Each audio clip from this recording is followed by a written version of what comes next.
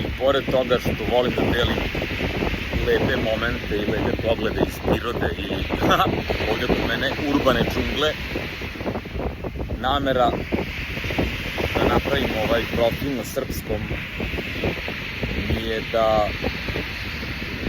se povezujemo svi mi koji pričamo našim jezikom i razumejući da mi smo jedan čovek je kao ćelija organizmu čitave naše planete, odnosno naše civilizacije, i ima 8 nešto milijardi ljudi, jel tako? Znači, bukvalno svi mi smo s jedne strane jedinka, a s druge strane mi smo tkiva, organi, deo jedne zajednice, pogotovo mi koji pričamo našim jezikom. Kažem našim jezikom, ne mislim samo na srpski jezik, nego mislim na sve jezike koji su pričani u bivšoj Jugoslaviji, gde je svako od nas svako razume.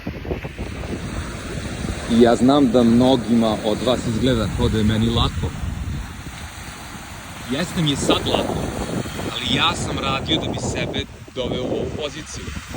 Ako ja mogu, svako od nas može da živi svoj ideal i da ostvari sve svoje snove, ali je potreban redovan rad. Recite mi šta mislite o ovome i lajkujte i zapratite moj kanal za više sličnih informacija svaki dan.